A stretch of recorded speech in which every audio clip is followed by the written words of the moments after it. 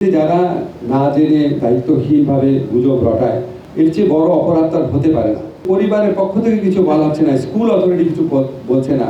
আজকে একটা ফুটেজ দেখলাম, অন্য কোন স্কুল থেকে এসে একটা ক্লাস 9-এর মেয়ে বলছে ক্লাস 3-এর মেয়ে বলে তার ফ্রেন্ড সেখানে আহত হয়েছে। মানে উদ্ভট সব ঘটনা। কতক্ষণের মধ্যে পরিবার পরিজনকে বা লয়ারকে জানাতে হবে বা গ্রেফতারের কারণ জানাতে হবে, এটা সংবিধানে সুস্পষ্টভাবে ছিল না। এটাই আমরা সুস্পষ্ট করেছি, গ্রেফতারের কারণ সাথে সাথে জানাতে হবে, সাথে সাথে। আর গ্রেফতারকৃত ব্যক্তির পরিবার, বন্ধু বান্ধব বা লয়ারের সাথে যোগাযোগ করতে হবে 12 ঘন্টার মধ্যে, যত তাড়াতাড়ি সম্ভব 12 ঘন্টার মধ্যে। এখন অত্যন্ত যৌক্তিক প্রশ্ন যে সবই তো আইন আছে, সংবিধান আছে, প্রতিপালন হয় না, তারপর আসলে কি ব্যবস্থা নেওয়া হয়? আমরা আইনের মধ্যে একটা ব্যবস্থা রেখেছি, বিচার বিভাগেও একটা থাকবে।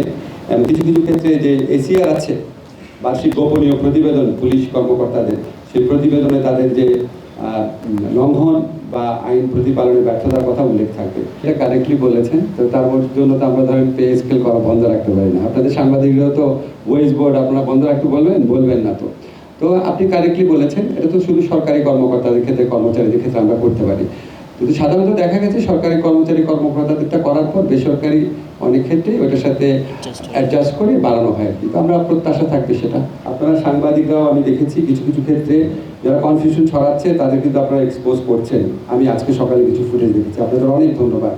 দেখেন, এরকম একটা এত শোক সন্তপ্ত একটা পরিস্থিতি, আমাদের সবার হৃদয় ভেঙে যাওয়া পরিস্থিতি, সবাই মানে কেউ নিতে পারছে না এই ঘটনা। এর মধ্যে যারা না জেনে দায়িত্বহীনভাবে গুজব রটায় এর চেয়ে বড় অপরাধ তার হতে পারে না।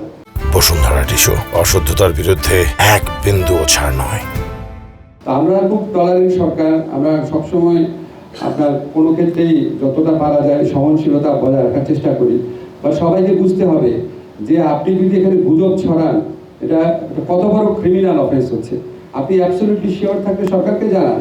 আর আমরা তো ওইখানেই তথ্য কেন্দ্র স্থাপন করেছি। ওইখানে তথ্য কেন্দ্র স্থাপন করে আমাদের নিয়মিতভাবে আপডেট দেওয়া হচ্ছে। নিহতদের পরিবারের পক্ষ থেকে কিছু বলা হচ্ছে না, স্কুল অথরিটি কিছু বলছে না। আজকে একটা ফুটেজ দেখলাম, অন্য কোন স্কুল থেকে এসে একটা ক্লাস 9-এর মেয়ে বলছে ক্লাস 3-এর মেয়ে বলে তার ফ্রেন্ড সেখানে আহত হয়েছে। মানে উদ্ভট সব ঘটনা। এটা আপনারা ভাই, এখানে মিডিয়া স্বাধীন আছে, শক্তিশালী আছে, আপনারা এই গুজব সৃষ্টিকারীদেরকে প্রতিরোধ করেন। আমাদের তথ্য কেন্দ্র আছে, আমাদের যারা স্বাস্থ্য মন্ত্রণালয়ের দায়িত্বে আছেন, যে কোনো সময় ফোন করলে তথ্য পাবেন। স্কুলের মধ্যেই তথ্য কেন্দ্র স্থাপন করা হয়েছে। এটা তো একটা নির্দিষ্ট জায়গায় ভয়াবহ মৃত্যুর ঘটনা।